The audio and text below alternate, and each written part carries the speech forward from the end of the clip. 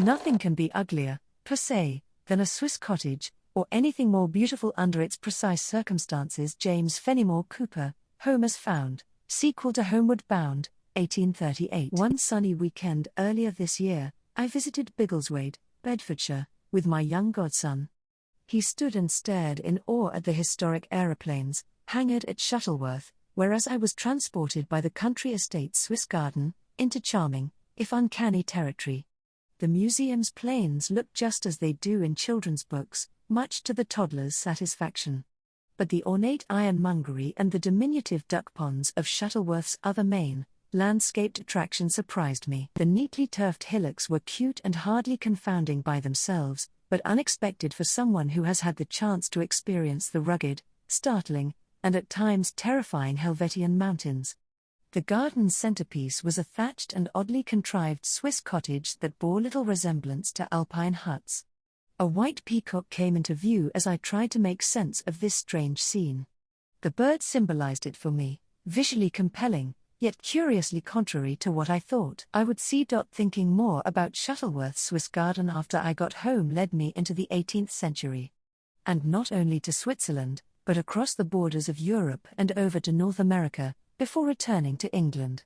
Around 1800, a version of the aesthetic sublime turned sweet, while the pastoral, with its lakes and cottages, morphed into the picturesque and agreeable aesthetics of landscape, framed or staged for tourists' pleasure. James Fenimore Cooper's characters in the novel Home as Found from 1838 complain of the architectural blight of Swiss cottages afflicting the banks of the Hudson, amid a building boom in New York.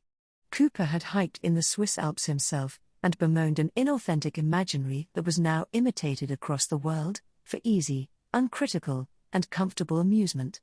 The image of Swissness became, to use a German word, Kitsch, especially in England during Georgian, Victorian, and Edwardian times, when a fashion for Little Switzerlands peaked. We no longer had to go abroad for Alpine scenery. Swiss landscapes were brought home, like souvenirs, and domesticated as ornaments for our own countryside. Now that popular culture has climbed down from the height of that craze, we might not know what to make of Swiss gardens in the English shires today. Perhaps the absence of context and cultural history in our present age is a reason why we can cast an eye, at once appreciative and naive, onto these eclectic, eccentric mountains in miniature. They're not stunningly beautiful, they're no longer fashionably delightful. A weird hodgepodge of styles presented as Helveticism, we can but enjoy these little Switzerlands for whatever, wherever they are now. But what were these fairy tale-like, small Alpine attractions once upon a time?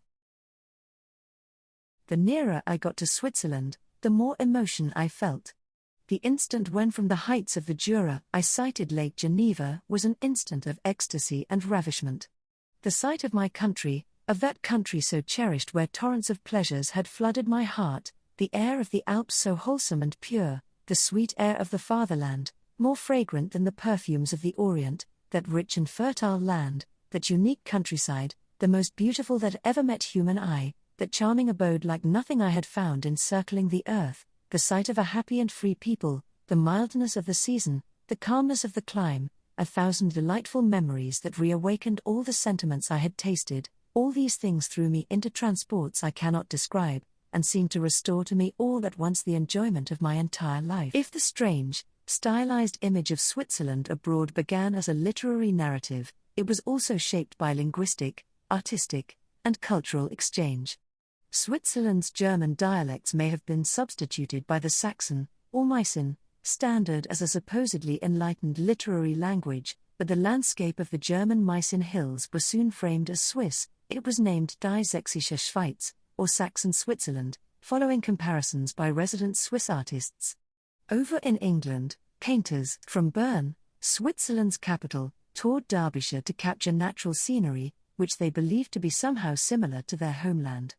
The Swiss exported the picturesque familiarity of their native country, drawing connections with foreign cultures from that perspective. Wordsworth, too, engaged in the pursuit of analogy.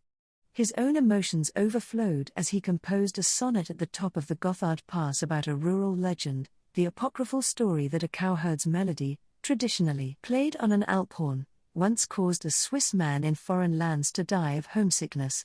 Wordsworth writes that we should not interpret the folktale as fabulous. Indeed, he invokes what is often called the Swiss illness to explain his own longing for home, the Lake District. And so Swiss myth influenced the yearning tone of Wordsworth's English Romanticism. Literal comparisons between the landscapes of Switzerland and England took a little longer to gain ground, however. If, in a letter from 1790 sent from Lake Constance to his sister, Dorothy, William claimed that the scenes of Switzerland have no resemblance to any I have found in England, this would soon change. Once home, Wordsworth moulded the English scenery in response to what he had seen abroad. As much inspired by Weyler's relief of the Alpine landscape as by Helvetic myth, Wordsworth began to make realistic analogies between the Swiss and the English countryside in his poetry and criticism. Although the Lake District is geologically mountainous, its landscape is more undulating and less extreme than the four cantons that surround the Weierwaldstätter See, or Lake Lucerne. Smaller in magnitude, yet all the greater in variety, the Lake District is gentler. Strong winds don't blow you about in Cumbria as much as they can in Switzerland. A happy proportion of component parts is indeed noticeable among the landscapes of the north of England, writes Wordsworth in an anonymous essay that accompanied and which was expanded and published in his name as a guide to the lakes in later editions. Further, the English proportionality of mountains is essential to a perfect picture, and surpasses the scenes of Scotland, and, in a still greater degree, those of Switzerland. Swissness was shrunk, and overlaid onto the English countryside. Not only by Wordsworth, his analogies were already platitudinous. In composing his guide, Wordsworth had read Thomas West's 1778 Guide to the Lakes, which addresses those who have traversed the Alps and promises that the travelled visitor, exploring the Cumbrian lakes and mountains, will not be disappointed, but our Lake District poet conceived a popular comparison more theoretically, staking out a claim about sublimity and smallness for those who might not have been to, and could no longer reach, Switzerland. Wordsworth prefaced his reflections in 1810 by recollecting the model he had seen in Lucerne 20 years beforehand, which he now considered from an aesthetic point of view. The spectator ascends a little platform, and sees mountains, lakes, glaciers, rivers, woods, waterfalls, and valleys, with their cottages, and every other object contained in them, lying at his feet, all things being represented in their appropriate colors. It may be easily conceived that this exhibition affords an exquisite delight to the imagination, tempting it to wander at will from valley to valley, mountain to mountain, through the deepest recesses of the Alps. But it supplies also a more substantial pleasure, for the sublime and beautiful region, with all its hidden treasures, and their bearings and relations to each other, is thereby comprehended and understood at once. As Wordsworth remembers the miniature scene, it was not only delightful, but also pleasurable in a solid and substantial way. The Alps at scale allowed him to survey the scenery in one go, like a diorama, and to understand, supposedly, its total, overall effect. Wordsworth goes on to admire a tranquil sublimity, which was apparently true of the English Lake District too. For any earlier, 18th-century readers, seeing the sublime as sedate would have been a contradiction in terms. Sublimity, and above all the Alpine mountainscape, was supposed to be awesome, scary.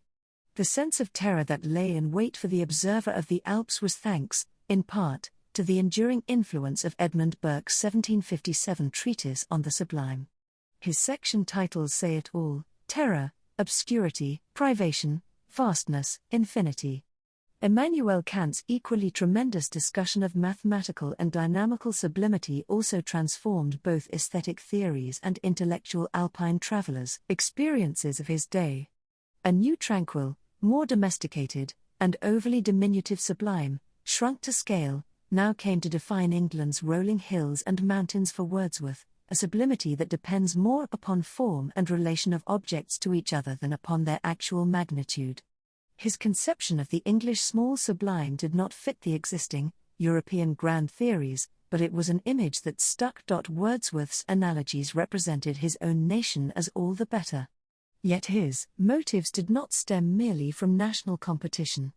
For most Britons during the first decade or so of the early 19th century, Switzerland could be accessed only in the mind. The Napoleonic Wars of 1803 to 1815 meant that the tourist population in general had to retreat and stay at home. More significantly, the age of conflict was an obvious cause for patriotism. As Patrick Vincent has pointed out, in this warring period, Switzerland was now staged as a setting for anti-Jacobin morality plays in Britain. Although not all poets, staycationers, and armchair travelers used Switzerland as an excuse for comparative national pride, the Alps could no longer be idealized entirely. That wartime tendency held true across Europe. The German Friedrich Schiller had also expounded on and nuanced the sublime, or das Erhabene, and he dramatized the Wilhelm Tell legend in 1804 as well, with a good degree of ambivalence. On the killing of the tyrannical overlord Gessler, Tell declares that the mountain huts, or cottages in the words of the mid-19th century translator into English, are free of Habsburg control by proxy, and innocence is thereby safeguarded. Schiller's play reworks a medieval Alpine narrative of self-sufficiency and greater democratic governance, for a political present in which Switzerland had once again become a confederation, following the collapse of Napoleon's centralized Helvetic Republic the year before, and having been a sister state of France since 1798. Significantly for a German, Schiller romanticizes Swiss folklore and society as a Germanic story of liberation. Yet Wilhelm Tell is also ambiguous in its assessment of how revolutionary politics really works. The Enlightenment idyll was marred by historical reality, around the same time as the sublime was split into new subcategories. When peace was restored, international travel resumed. And, even as more people experienced Switzerland firsthand, the old fictions of Swiss authenticity were reissued in the minds of many. The simple beauty and Arcadian happiness of the country seemed straightforward once again. Wordsworth returned to Switzerland, accompanied by Dorothy and his wife, Mary. Other English romantics holidayed there as well, Percy and Mary Shelley, where they told stories to each other through the night, giving rise to Frankenstein in 1818. Mary Shelley's Gothic novel compares Derbyshire's Matlock to the scenery of Switzerland, but everything is on a lower scale, and the green hills want the crown of distant white Alps. In Cumberland and Westmoreland, too, the titular character fancies himself among the Swiss mountains. And during correspondence written from Jura, while observing the mountains, Mary Shelley casts Switzerland's famed alpenglow as quintessentially English, that glowing rose-like hue which is observed in England to attend on the clouds of an autumnal sky when daylight is almost gone. Literary analogies between England and Switzerland were either explicitly positive, or passing observations that went unquestioned. Matlock in Derbyshire and the Lake District were both in demand with day-trippers and domestic holidaymakers by this time, just as the Alps were. Jane Austen bemoaned the absence of a friend in 1817, who was frisked off like half England, into Switzerland. In fact, Percy Shelley complained of tourists as he tried to picnic on the mountainside near Chamonix in 1816, irritated that they made the place another Keswick, while Byron, in his journal from the same trip, recalls overhearing an English woman exclaim, "Did you ever see anything more rural?" As if it was Highgate, or Hampstead, or Brompton, or Hayes. Ironically, though, the Romantic writers themselves contributed to this very tourism, as travellers, and as authors whose words were taken out of their mouths and printed in pocket guides. In 1817, Byron wrote from Venice to ask Thomas More if he'd ever been to Dovedale in the Southern Peak District, assuring him that there are things in Derbyshire as noble as Greece or Switzerland. Guidebooks soon plucked that quotation, and some changed it, in one case, in 1879, from things to prospects, implicitly relocating the view to Matlock Bath, 15 miles or so further north. The Victorian travel journalist with a liberal attitude to literary lines proceeds to defend the comparison between Matlock and Switzerland in Wordsworth-like logic. The peak is Alpine on a reduced scale, it is Switzerland seen through a lessening lens, its hills are mountains in miniature. A German guidebook to Luxembourg from 1934 that I picked up in Hay on Wye over the summer, a bookish Welsh-bordered town in the small shadows of the Brecon beacons, justifies the petite Suisse Luxembourgeois in the same way, smallness relative to Switzerland, and magnitude, at a mere 400 meters, when compared to the surrounding Luxembourg flatlands. The idea of pocket-sized Swiss mountains was pan-European, then, but in England it had an especially poetic inflection from the nation's literary canon.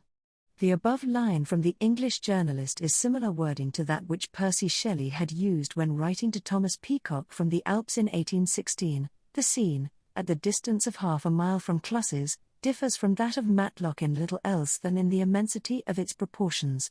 The legacy of Romantic musing has not only been canonical literature about Switzerland, it seems, but signposts, postcards, and tourist brochures as well. The slogans of the tourist trade were thus also the commonplaces of English Romanticism. Old postcards in Buxton Museum caption Matlock as Little Switzerland, or as a location with a Switzerland view. Copywriters in southern England seized on the words of Romantic poet Robert Southey for the so-called Little or English Switzerland in Devon's Linton and Lynmouth. Of the latter, he wrote, "The beautiful little village, which I am assured by one who is familiar with Switzerland, resembles a Swiss village." Southey saw an Alpine likeness without ever having seen the real thing himself. These analogies became practically contagious, passed by word of mouth, and are still employed by the tourist industry to this day. Why else does a cable car dangle above the A6 in Matlock, Bath, Derbyshire? Installed in the 1980s, the visitor attraction seeks to capitalize on the area's Swissophilia that stretches back in time over 2 centuries.